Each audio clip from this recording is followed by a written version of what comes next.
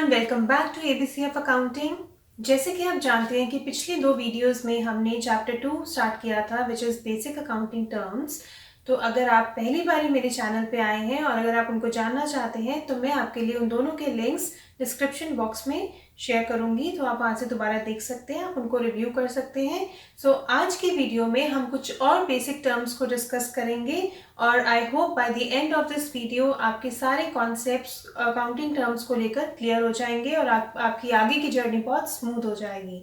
सो let us begin. तो आज की पहली टर्म हम डिस्कस करते हैं परचेज। अब परचेज क्या है? इसमें दो बातें इन्वॉल्व हैं, या तो होती है परचेज ऑफ गुड्स या फिर purchase of raw materials. When I से परचेज ऑफ गुड्स, सो कई बार ऐसा होता है कि ट्रेडिंग कंसर्न होती है। ट्रेडिंग कंसर्न क्या होती है? जो एक तरफ से खरीदती है सामान और दूसरी तरफ बेच देती है। तो अगर तो ट्रेडिंग कंसर्न है तो वो क्या करेगी, उसके लिए परचेज क्या है? उसके लिए परचेज है कि सपोज अगर वो पेन्स में डील कर रही है तो वो एक तरफ से पेन्स खरीदेगी और वो दूसरी जगह बेच देगी, तो वो जो उसने पेन्स खरीदे वो उसकी परचेज बन गई। अगर वो मैन्युफैक्चरिंग कंसर्न है तो उसकी परचेज क्या है? क्योंकि आपको जो प्रोड्यूस करना है, मैन्युफैक्चर करना है, तो उसके लिए आपको रॉ मटेरियल चाहिए। तो जब आप वो रॉ मटेरियल्स को खरीदोगे प्रोडक्शन के लिए, वो आपकी परचेज बन जाएगी फॉर अ मैन्युफैक्चरिंग कंसर्न। और ये जो परचेज है ये आप कैश बेसिस पे भी करते हो और क्रेडिट बेसिस पे भी करते हो। सो let us revise what purchase is. Purchase is a term which is used for purchase of goods for resale. For example pens हमने लिए आगे बेचने के लिए, रीसेल हो गई by trading concern, and purchase of raw material by manufacturing concern for the purpose of production, and it includes both cash and credit purchase. Now when the same purchase is returned, because you may find your purchase defective, आपने pens खरीदे further selling के लिए और वो खराब निकले, आपने raw material खरीदा प्रोडक्शन के लिए, वो भी ठीक नहीं निकला, डिफेक्टिव निकला, तो आप क्या करोगे? आप उसको वापस करोगे। जब आप अपनी परचेज को वापस करते हो सप्लायर को जिससे आपने खरीदे होते हैं, तो उसको हम क्या बोलते हैं? परचेज रिटर्न और return outward. So what purchase return is? Return of goods purchased. जो गुड्स हमने खरीदे हैं उनको हम रिटर्न करते हैं टू द सप्लायर जिसने हमें सप्लाई किए हैं। कुछ भी रीजन हो सकता है, से वो डिफेक्टिव है, और इसको हम और क्या बोलते हैं? Return outward. Next term is sales. अब सेल्स क्या है? मैंने सिंपली आपको ये पेन दे देती हूँ तो क्या ये सेल है? नहीं, this is not called as sale. जब तक आप किसी को प्रोडक्ट सेल करते हो और वो उसका नहीं बन जाता जिसको आपने सेल किया है, ओनरशिप आपके बायर को ट्रांसफर नहीं हो जाती, तब तक आप उसको सेल नहीं कह सकते. जब मैं बात करती हूँ सेल की, तो जो सेल टर्म है वो सिर्फ गुड्स के साथ यूज होती है. अगर आप एसेट्स को सेल करते हो तब आप सेल टर्म को यूज नहीं करोगे, क्योंकि एसेट्स एक सेपरेट अकाउंट होता है. तो जब हम एसेट्स को सेल करेंगे तो एसेट का नाम आएगा. फॉर एग्जाम्पल आपने फर्नीचर को सेल किया तो आप फर्नीचर का नाम लिखोगे, लेकिन अगर आप गुड्स को सेल कर रहे हो, आप गुड्स की सेल के साथ आप टर्म यूज करोगे सेल, राइट? और जैसे परचेजेस होती हैं वैसे सेल्स भी कैश और क्रेडिट दोनों में हो सकती है. अब अगर वो प्रोडक्ट्स मैंने आपको बेच दिए, ट्रांसफर ऑफ ओनरशिप हो गई, लेकिन कस्टमर को गुड्स पसंद नहीं आते, तो वो क्या करेगा? वो मुझे रिटर्न करेगा, राइट? उनको लगता है कि प्रोडक्ट्स डिफेक्टिव है. तो अब जब जो मैंने बेचा वो मेरे पास वापस आ रहा है, इसको हम क्या बोलेंगे? Return inwards, because the product is coming in. So this is sales return and also known as return inward. So let us revise both the terms sales and sales inwards, and I have underlined all the keywords for you so that if you get this question in your exam you can easily write and remember. What sales is? Transfer of ownership. Term is used only for the sale of goods and not for asset. Includes both cash and credit transactions. When we talk about sales return, it is a return of goods by the purchaser and also called return inwards.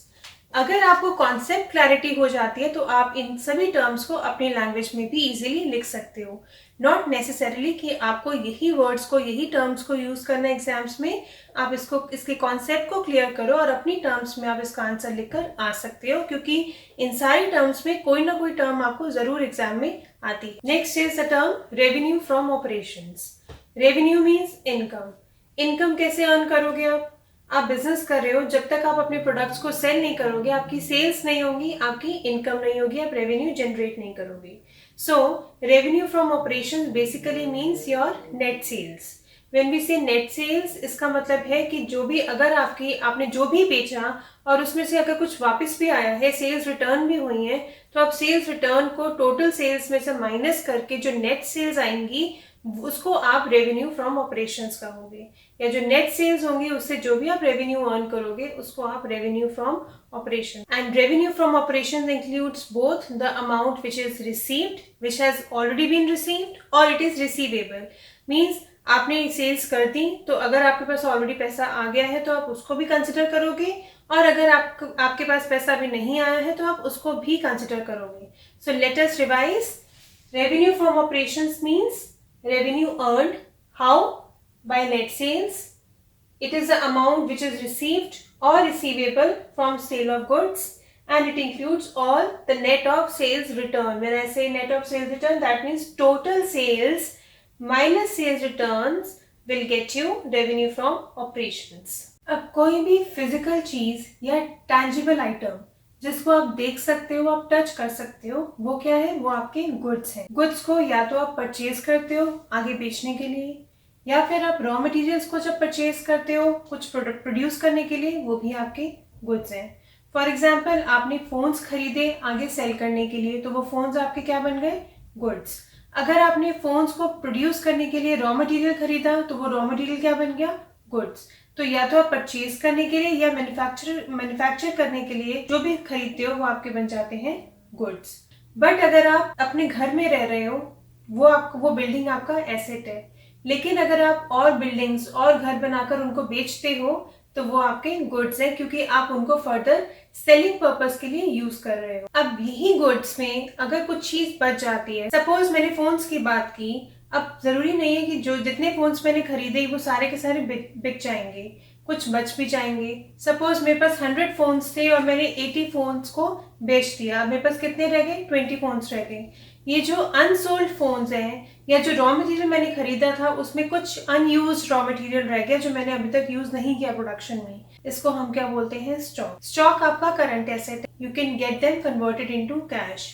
Current assets, if you remember, anything which is convertible into cash within a period of 1 year. So आपके goods भी आपके current assets होते हैं. Stock opening भी हो सकता है और क्लोजिंग भी हो सकता है. पिछले साल आपके गुड्स जो बच गए, जो यूज नहीं हुए, जो आप नहीं बेच पाए, ऑफ कोर्स आप उनको अगले साल यूज करोगे. पिछले साल के हैं तो इसका मतलब ये तो नहीं कि आप उसको यूज नहीं करोगे. तो जो पिछले साल का स्टॉक आप इस साल को कैरी फॉरवर्ड करते हो वो आपका ओपनिंग स्टॉक बन जाता है, और इस साल का स्टॉक जो अनयूज रह जाता है या अनसोल्ड रह जाता है वो आपका क्लोजिंग स्टॉक बन जाता है. अब दो टर्म्स यूज होती हैं अकाउंटिंग में, एक स्टॉक और एक इन्वेंट्री.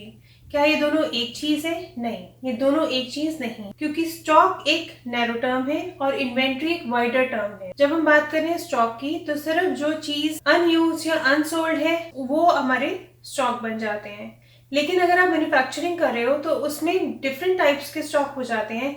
जैसे आपके आधे गुड्स तैयार हैं, कुछ गुड्स ऐसे भी हैं जो पूरे रेडी हैं. तो inventory of finish goods, inventory of semi finish good, inventory of the goods which are work in progress and stock, ये सारे आपके क्या बना देते हैं? इन्वेंट्री. सो अगर आपको डिफरेंस जानना है गुड्स और इन्वेंट्री में, तो गुड्स एक नैरो टर्म है और इन्वेंट्री एक लार्जर टर्म है जिसमें गुड्स भी इन्वॉल्व होते हैं. Stock of goods, stock of finish goods, semi finish goods and work in progress. So let us revise both these terms once again. Goods are any physical item, any tangible thing which you can touch and you can see.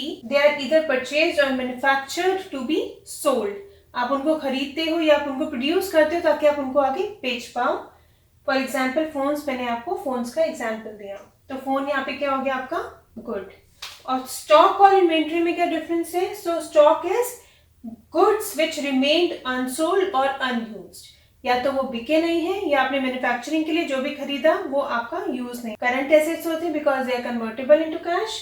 Can be opening stock and closing stock. पिछले साल का carry forward opening stock, इस साल का जो आप आगे carry forward करोगे वो आपका क्लोजिंग स्टॉक हो जाएगा. Inventory is a wider term, includes stock, raw material, semi finish good and finish goods.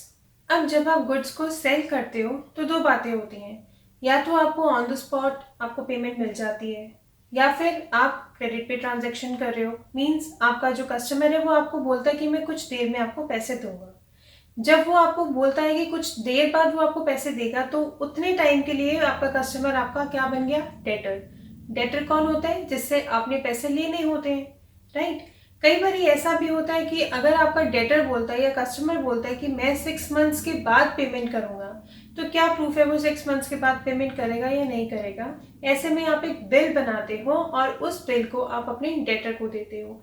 Debtor उसको एक्सेप्ट करता है कि हाँ 6 मंथ्स के बाद इतनी डेट पे मैं आपको वो पैसे वापस कर दूंगा। तो अब आपके पास एक प्रूफ है, एक एविडेंस है कि आपके पास वो पैसे आएंगे, राइट।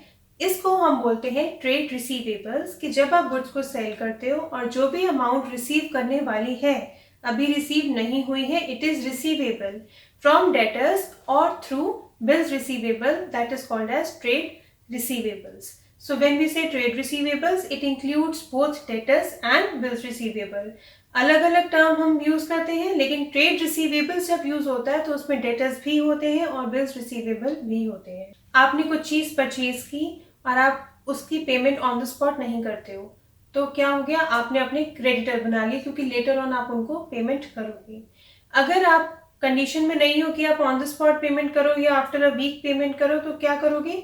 अगेन क्रेडिटर आपके ऊपर एक बिल ड्रॉ करेगा और आपसे एक्सेप्टेंस लेगा कि आप उसको after a certain period of time आप उसको पेमेंट करोगे, राइट. वो बन जाता है बिल्स पेबल, कि आप एक्सेप्टेंस दे रहे हो कि हाँ मैं वो बिल को पे करूंगा. वो भी एक एविडेंस है, वो एक प्रूफ है, ताकि लेटर ऑन मैं उससे डिसएग्री ना करूं. So trade payables include creditors and bills payable, and it is the amount which is payable when you purchase some goods. And trade receivable includes debtors and bills receivable, and it is the amount which is receivable on the sale of goods. So this is the difference between these two terms, trade payables and trade receivables. अब discount एक ऐसी term है जिसको आपने तो सुना ही होगा. आप मार्केट जाते हो, आप शॉपकीपर को बोलते हो कोई डिस्काउंट दे दो, राइट. आपका फ्रेंड कुछ खरीद कर लाता है, आप उसको पूछते होगे तुझे कोई डिस्काउंट मिला. सो डिस्काउंट टर्म से आप सब लोग अवेयर हो, लेकिन इसको डिटेल में डिस्कस करते हैं कि एक्चुअली ये होता क्या है. सो बेसिकली आपको इतना पता है कि discount means reduction in the value of the goods sold. Means आप एक बिजनेसमैन हो, राइट. तो आप जो भी गुड्स को सेल कर रहे हो, आप उसकी वैल्यू को कम कर रहे हो. आप किसी प्रोडक्ट को कम प्राइस में बेच रहे हो क्योंकि आप डिस्काउंट दे रहे हो, राइट. सो डिस्काउंट क्या है? It is the reduction in the price of goods sold. But ये जो डिस्काउंट है ये भी दो टाइप्स का होता है. कैसे? एक होता है ट्रेड डिस्काउंट और एक होता है कैश डिस्काउंट. दोनों में डिफरेंस क्या है? जब आप गुड्स को ट्रेड कर रहे हो, आप उसको सेल कर रहे हो, so at the time of its trading जो आप डिस्काउंट देते हो उसको ट्रेड डिस्काउंट कहते हैं. फॉर एग्जाम्पल, आप एक ड्रेस लेने गए मार्केट में, राइट. आपकी ड्रेस 5000 रुपीज की है, बट आप शॉपकीपर को बोलते हो कि थोड़ा सा डिस्काउंट दे दो, इसकी प्राइस को कम कर दो. तो आप दोनों का म्यूचुअल एग्रीमेंट होता है. शॉपकीपर भी अग्री करता है और आप भी अग्री करते हो कि वो ड्रेस अब आपको 4500 में मिल जाएगी. So at the time of sale and purchase, at the time of trading, उसकी वैल्यू वहीं पर ऑन द स्पॉट कम हो गई. This is trade discount. अब ये जो वैल्यू है ये ना तो सेलर उसको रिकॉर्ड करेगा ना ही बायर उसको रिकॉर्ड करेगा, क्योंकि म्यूचुअल कंसेंट से हुआ. तो सेलर इसको अपनी बुक्स में या बिजनेसमैन इसको अपनी बुक्स में 4500 से ही रिकॉर्ड करेगा. इस डिस्काउंट को, जो 500 रुपीज का डिस्काउंट उसने दिया, वो आप रिकॉर्ड नहीं करोगे. This is trade discount. Cash discount is, suppose आपके कस्टमर ने आपको 10,000 रुपीज देने थे after 1 week. Before the completion of 1 week आपका कस्टमर आपको पेमेंट कर देता है, तो आप खुश हो जाते हो. तो आप इसी खुशी में क्या करते हो? उसको डिस्काउंट दे देते हो कि चलो 10,000 ले लेते हो, मैं 9,000 से ही सेटिस्फाइड हूँ. अब जो 1,000 का डिस्काउंट उसने दे दिया, कैश डिस्काउंट, क्यों दिया? टाइमली पेमेंट की वजह से. तो इसको हम बोलेंगे कैश डिस्काउंट. ये जो कैश डिस्काउंट है ये दोनों पार्टीज अपनी अपनी बुक्स में रिकॉर्ड करेंगी. परचेजर भी रिकॉर्ड करेगा और सेलर भी रिकॉर्ड करेगा. जो डिस्काउंट दे रहा है, जो अलाउ कर रहा है, उसके लिए तो ये एक्सपेंस बन गया, क्योंकि सेलर ने 10,000 रुपीज लेने थे, अब उसने कितने रुपीज लिए? 9,000. 1,000 का उसने कैश डिस्काउंट दे दिया, तो उसके लिए वो 1,000 एक्सपेंस बन गया. लेकिन जो जिसने पैसे दिए उसके लिए वो 1,000 क्या बन गया? इनकम. तो जो कैश डिस्काउंट दे रहा है, अलाउ कर रहा है, उसके लिए वो कैश डिस्काउंट एक्सपेंस है, और जो रिसीव कर रहा है उसके लिए वो इनकम बन जाती है. और ये कैश डिस्काउंट को हम अपने बुक्स में रिकॉर्ड डेफिनेटली करते हैं. So let us review what discount is. It is the reduction in the price of goods sold. It is of two types, trade discount and cash discount. Trade discount means reduction in the value at the time of purchase. This is key word here. At the time of purchase, जब आप purchase कर रहे हो on the spot ही वो reduce कर देता है और इसीलिए हम इसको रिकॉर्ड नहीं करते. When we talk about cash discount, it is the reduction for timely payment of due amount. आपको पैसा जब टाइमली मिल जाता है and it is therefore recorded in the books. कैसे? जो आपको अलाउ कर रहा है, जो आपको दे रहा है डिस्काउंट, कैश डिस्काउंट, वो उसके लिए एक्सपेंस है और जो रिसीव कर रहा है उसके लिए ये इनकम है. अभी तक की सारी वीडियोस में आपने एक कॉमन टर्म जरूर सुनी होगी, बैलेंस शीट. बैलेंस शीट एक फाइनेंशियल स्टेटमेंट होती है और सिंपली एक statement of assets and liabilities होती है, नथिंग एल्स. इस बैलेंस शीट में हम सिर्फ और सिर्फ एसेट्स लिखते हैं on the right side and liabilities लिखते हैं ऑन द लेफ्ट साइड. इसका फॉर्मेट क्या होता है? This is the left hand side and this is the right hand side of the balance sheet. First of all, it is a statement of assets and liabilities. So on the left hand side we write liabilities and on the right hand side we write assets and its amount. At the top we write balance sheet of whatever is the name of the company. The last is GST. You must have often heard about it. आप market जाते हो, bills payment करते हो, सब में last में आके GST लिखा होता है. What is that? Goods and service tax.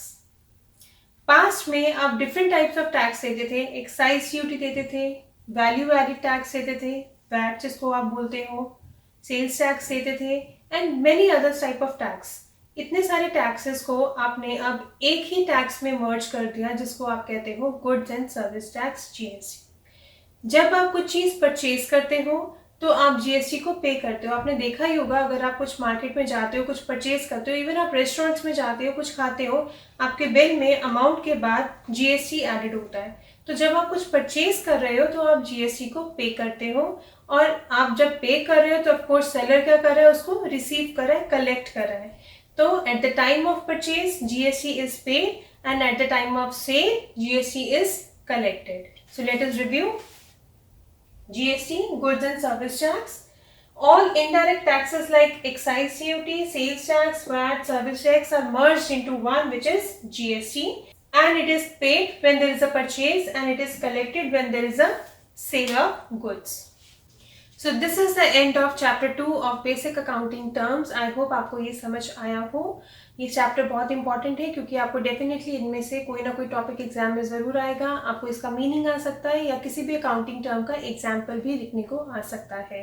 तो इसके साथ हम इसको एंड करते हैं एंड मिलते हैं नेक्स्ट वीडियो में. Thank you.